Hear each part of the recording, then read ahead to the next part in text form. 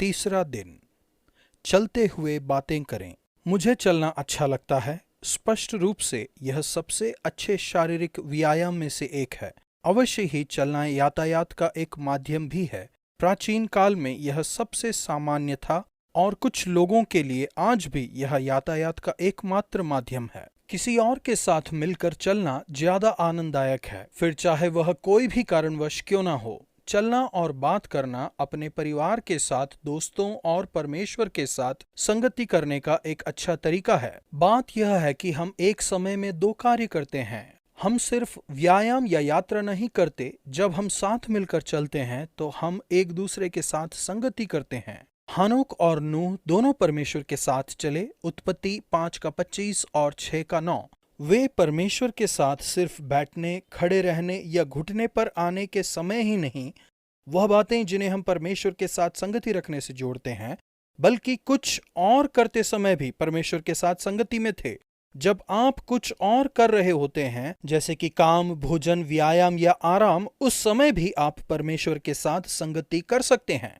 व्यक्तिगत रूप से मैंने भी यह पाया है कि यह प्रार्थना करने का सबसे अच्छा तरीका है। पिछले कुछ सालों से यह मेरा नैत्य रहा है। हर दिन बाइबल पढ़ने के बाद मैं एक स्थानीय पार्क में सैर करने जाता हूँ, जहाँ सुबह के समय एकांत होता है। मैं अपने साथ कागज और एक पेन लेकर जाता हूँ, वह सब लिखने के लिए जो मुझे पवित्र आत्मा प्रार्थना करने समय बताते हैं।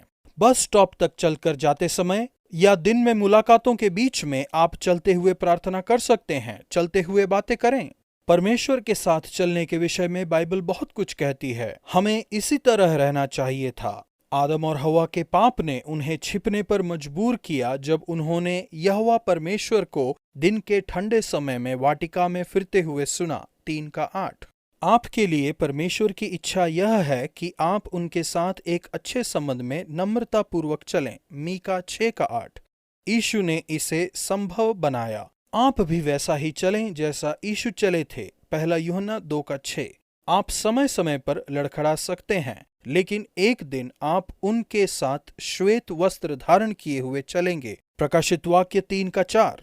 भजन संहिता 3:1-8 तक। आप सिर उठाकर चलें।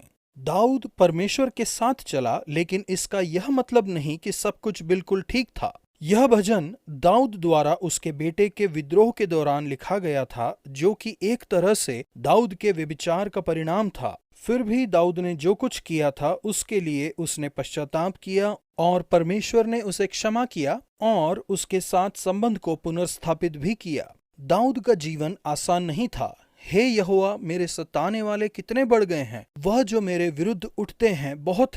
बहुत से मेरे प्राण के विषय में कहते हैं कि उसका बचाव परमेश्वर की ओर से नहीं हो सकता। भजन संहिता 3:1-2।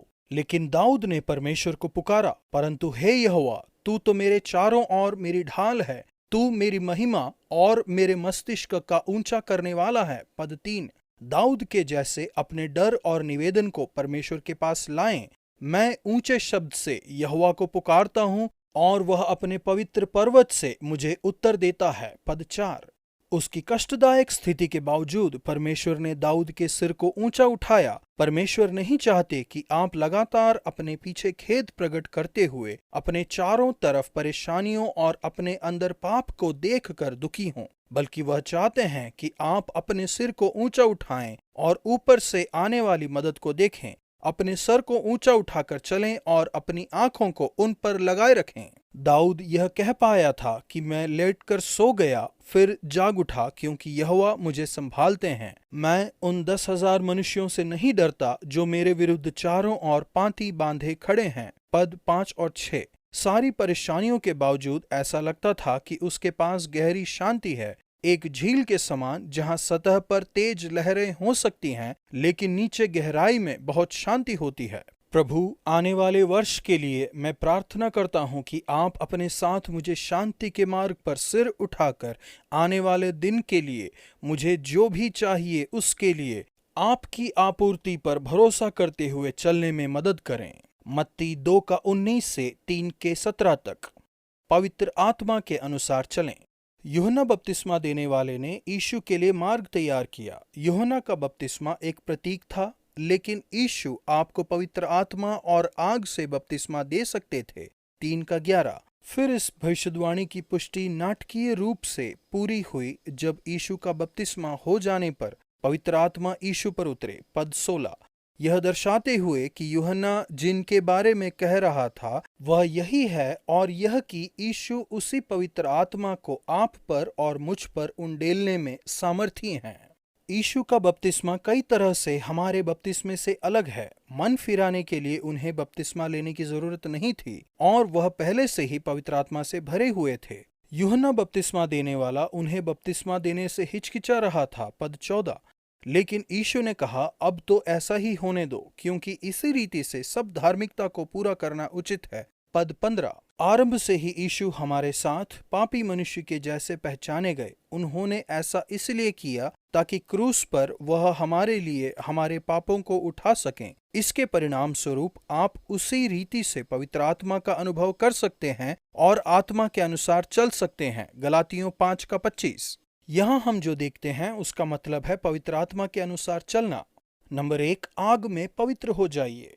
यूहन्ना ने कहा था वह तो पानी से बपतिस्मा देता है, लेकिन यीशु पवित्र आत्मा और आग से बपतिस्मा देंगे। मत्ती 3:11। आपके जीवन में सामर्थ्य और पवित्रता लाने के लिए पवित्र आत्मा पवित्र करने वाली आग के समान आएंगे। इस जीवन में पवित्र आत्मा की पवित्र आग को जानने का मतलब है कि जब यीशु वापस आएंगे तो न्याय की अग्नि के डर से आप मुक्त हो पाएंगे। पद 12। नंबर 2, शांति से भर जाइए। जब यीशु बपतिस्मा लेकर पानी से बाहर आए तो देखो उनके लिए आकाश खुल गया और उसने परमेश्वर की आत्मा को कबूतर की नाई उतरते और अपने ऊपर आते देखा। पद 16 कबूतर शांति का प्रतीक है जो पवित्र आत्मा आपके जीवन में लाते हैं। पवित्र आत्मा का फल है शांति। गलातियों 5:22।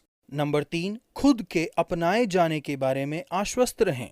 आकाशवाणी हुई, यह मेरा प्रिय पुत्र है। मत्ती 3:17। यीशु असाधारण तरीके से परमेश्वर के पुत्र हैं। फिर भी पवित्र आत्मा हम सबको आश्वस्त करते हैं कि यीशु ने हमारे लिए जो कुछ भी किया है उसके द्वारा हम भी परमेश्वर के पुत्र और पुत्री हैं। हमें लेपालकपन की आत्मा मिली है जिससे हम हे अब्बा, हे पिता कहकर पुकारते हैं। पवित्र आत्मा खुद हमारी आत्मा को गवाही देते हैं कि हम परमेश्वर की संतान हैं। रोमियो 8:15-16।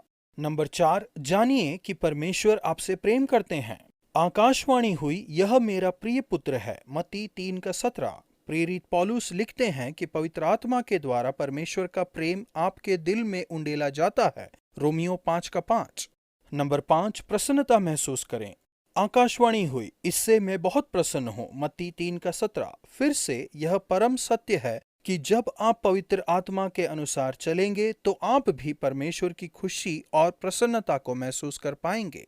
प्रभु मुझे पवित्र करने के लिए, मुझे शांति देने के लिए, यह आश्वासन देने के लिए कि मैं परमेश्वर की संतान हूँ, आपका प्रेम जानने के लिए और आपकी प्रसन्नता महसूस करने के लिए जो आपने अपना पवित्र आत्मा दिया है, उसके लिए धन्यवाद। पवित्र आत्मा के अनुसार चलने में मेरी मदद कीजिए। उत्पत्ति 4:17 से 6:22 तक परमेश्वर के साथ संबंध में चलें। मनुष्य परमेश्वर की सर्वश्रेष्ठ रचना है। परमेश्वर ने हमें उनके साथ संबंध में चलने के लिए बनाया है। जब परमेश्वर ने मनुष्य की सृष्टि की तब अपने ही स्वरूप में उसको बनाया। उसने नर और नारी करके मनुष्य की सृष्टि की और उन्हें और सारी मानव जाति को आशीष दी। 5:1-2। फिर भी दुखद रूप से मानव जाति अपने मार्ग से भटक गई। मनुष्यों की बुराई पृथ्वी पर बढ़ गई और उनके मन के विचार में जो कुछ उत्पन्न होता है सो निरंतर बुरा ही होता है। और यहोवा पृथ्वी पर मनुष्य को बनाने से पछताया और वह मन में अति खेदित हुआ और इससे परमेश्वर का दिल टूट गया। 5:5-6। बुराई हमारी सोच और कल्पना में शुरू होती है, यानी हमारे दिलों में। यह कूड़ा अंदर आने और कूड़ा बाहर निकालने का मामला है। हमें सिर्फ अपने कार्यों को ही नहीं जांचना है, बल्कि हमारे विचारों, व्यवहारों, इरादों और कल्पनाओं को भी जांचना है। भ्रष्टाचार और बुराई के बीच अलग होना और अलग करना संभव है। हानोक और नूह ऐसे 2 उदाहरण हैं जो भीड़ के साथ मिलकर नहीं रहे बल्कि परमेश्वर के साथ चले। ऐसा प्रतीत होता है कि मतुशेलह के जन्म के बाद हानोक ने अपना बाकी का जीवन परमेश्वर के साथ बड़ी विश्वास योग्यता से चलने में बिताया। अपने खुद के बच्चों को पैदा होता हुआ देखना बहुत ही सामर्थ्य अद्भुत और चमत्कारी बात है, मेरा एक करीबी दोस्त अपने पहले बच्चे के अनुभव के द्वारा मसीही बना। और हानोक परमेश्वर के साथ साथ चलता था, फिर वह लोप हो गया क्योंकि परमेश्वर ने उसे उठा लिया। पद 24। नूह भी परमेश्वर के साथ चला, उसने प्रभु की दृष्टि में अनुग्रह पाया। पद 8। उसके आसपास चल रही सारी बुराइयों के बावजूद नूह अच्छा पुरुष और अपने समय के लोगों में खरा था, और नूह परमेश्वर ही के साथ साथ चलता रहा। 6 का 9। नूह ने परमेश्वर पर विश्वास किया और एक नाव बनाई। हालांकि उस समय बरसात नहीं हो रही थी और पानी का कोई संकेत नहीं था, नूह ने बिल्कुल वही किया जो परमेश्वर ने उसे करने के लिए कहा था। पद 22। प्रभु मुझे सत्यनिष्ठा और अपने विचारों, शब्दों और कार्यों में निर्दोष बने रहने के लिए और अपने साथ घनिष्ठता में चलने के लिए मेरी मदद कीजिए। आपने मुझे जो करने के लिए कहा है वह सब करने में मेरी मदद कीजिए। उत्पत्ति 5 का 18। आज की तुलना में एक परिवार शुरू करने की औसतन आयु थोड़ी देर से नजर आती है। येरेद को पहली संतान 162 की उम्र में हुई। यह युवा गर्भधारण के बिल्कुल विपरीत है। स्पष्ट रूप से उसे पितृत्व की तैयारी में काफी लंबा समय लगा, लेकिन उसने एक बहुत अच्छा काम किया क्योंकि उसका बेटा हानोक परमेश्वर के साथ चला। उत्पत्ति 5वें अध्याय 22 से 24 तक। आज का वचन, परंतु हे यहोवा, तू तो मेरे चारों ओर मेरी डाल है। भजन संहिता 3 का 3।